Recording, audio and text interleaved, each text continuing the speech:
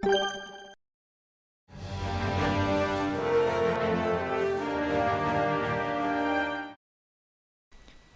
everyone, and welcome back to my channel with a new video about World of Tanks, and today it's another commented replay with my ELC AMX. It's a very small tank, but the potential for fun is simply huge. It's a tier 5 French light tank and it gets scout matchmaking, which means that it will meet from time to time tier 8 opponents. Well, how to describe this tank? Well, first it's completely different from its predecessors because it has almost no armor and a very big gun, so it's quite the opposite of the AMX 40, for example. It's light, fast, maneuverable, it gets a very powerful gun, however it will come at a price. First you'll have a very long aiming time, so you'll have to stay stationary for a long time before you can pull off a shot and hope for it to land in your enemy. If you don't, your accuracy will simply troll you over and over. And also you will not have a fully rotating turret. It can only rotate 45 degrees to your left and right, and that's all. So it's a mix between a light tank just because you'll have the possibility to scout very efficiently with an excellent camo rating, good view range as well, and a tank destroyer because you can't really aim with the turret and you'll have a powerful gun with high damage, high penetration. So how to play it? Well, you can play it as a passive scout or an active scout actually. The only difference with a regular scout is that you will not be able to circle around your opponents and just beat them to death without the possibility of retaliating. It's not possible in this tank just because you do not have a fully rotating turret. There are two main traps you want to avoid in this tank, well, technically 3 traps. Because the first one is common to all light tanks. You don't want to YOLO your way in the enemy spawn at the beginning of the game trying to get some artillery or whatever. It will not succeed in this tank, so just don't bother.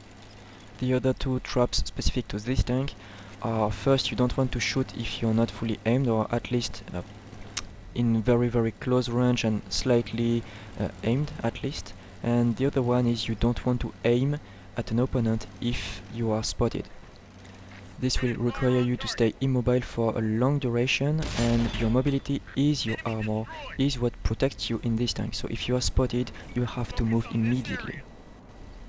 So that was my first kill, and I haven't been spotted meanwhile I was shooting at this opponent, so I can simply go back to my previous position and try to aim at another target. I am spotted, so I'm immediately falling back. I don't want to take any risk in this tank. Stay in cover as long as you are detected, and then you simply want to come and shoot from a slightly different angle just to avoid blind fire. And that was a lucky high roll and a second kill. This heavy tank certainly did not expect me, a light tank, to kill him with half of his HP left, but this is what the AMX ELC does. You can penetrate easily any opponent as long as you are not facing them frontally, so I include the flank and rear of any tier 8 vehicle. So you're not only spotting your opponent, you're also dealing serious damage to them. At the moment it's mostly about prioritizing my targets.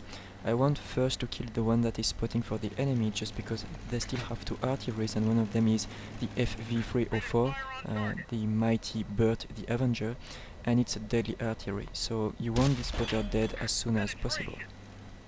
Then you want the damage dealer out, and now that this artillery is spotted and it's actually Bert the Avenger, you want it dead. So I am taking some risk because I have been exposing myself for a few seconds meanwhile I was spotted, but I really wanted to take down this artillery. I can risk this shot in a tier 6 game. I would never have done that even for an artillery in tier 8 just because most tier 8 can one-shot me. Well, not all of them, but some of them can one-shot me, and I don't want to risk my entire tank just for this. Now this T14 is also spotting, so he's my priority target, but I had no angle on him. The enemy SU, the tank destroyer behind me, was not a threat until he moved, and now that he just did, I have to relocate immediately. This is why I tried my luck with a non-fully aimed shot, and as you can see it missed completely. Now I am going to make the first mistake of this game. I told you, even at close range, yeah, the gun can troll you, and it missed again. So you don't really want to try your luck with this tank if you're not fully aimed. You can try if you have nothing better to do, however don't expect it to hit, just because it will probably miss by a landslide. However, you'll have enough ammunition for your entire battle, including tier 8 battles. You'll have enough, so don't worry about this. However, if your gun is required elsewhere, just don't shoot. Now it's 4 versus 4, and as it was mentioned by someone a couple of times, the artillery is our immediate problem, just because the enemy are not taking much risk trying to invade our territory. However, they are spotting for the artillery, which is being deadly to our team actually. Since I was lucky enough not to be the target of the artillery, I didn't trace myself all the artillery shots, and I am going to trust my team, and I'm going to check the area that they are suggesting, just to see if indeed the artillery is there and vulnerable.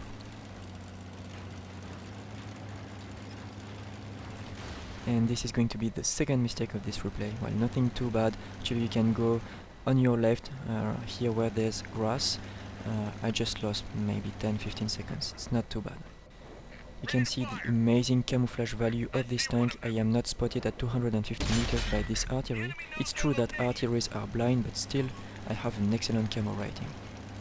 And remember, if you are in a light tank, your camouflage rating will not drop if you're moving. So you can still move, get to position, stay out of their line of sight, and then simply execute your target and fall back immediately.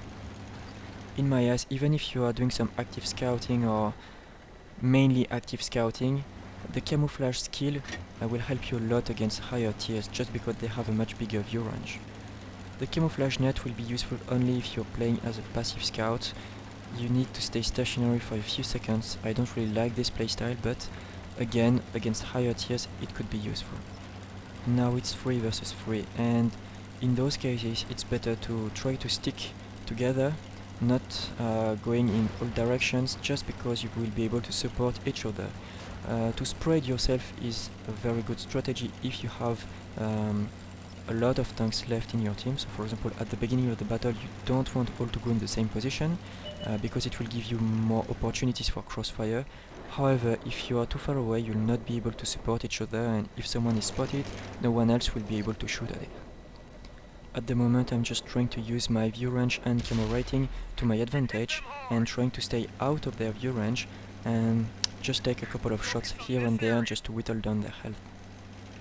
I didn't really pay attention to what the heavy tank was doing, and actually he's on the other side of the map, on the other side of the railway exactly, and it means that not only he's vulnerable because all the 3 enemies are on his side, but also we don't necessarily have a shot on them.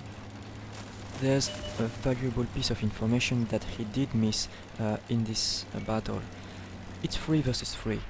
We don't all have full health, and this is going to be all about positioning. And what we have, our tactical advantage here, is that we control the portion of the map with the 2 bases, so we can cap or defend our cap easily.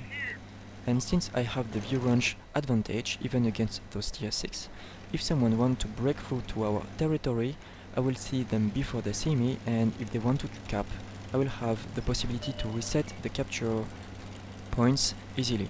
So I'm more in a harassment strategy, and this involves not taking too much risk and specifically not going into the enemy territory. I absolutely don't need that. In our case, the best strategy is trying to spot the enemy team without being spotted and trying to get a few shots here and there. If I surprise them out of cover, out of guard, then they will be simply executed in no time. And the only strategy for the opponent at the moment is just to stick together.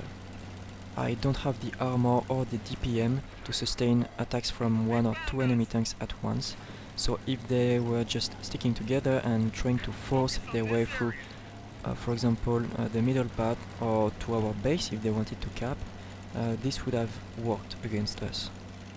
But only one of them decided to cap. I saw that on the minimap.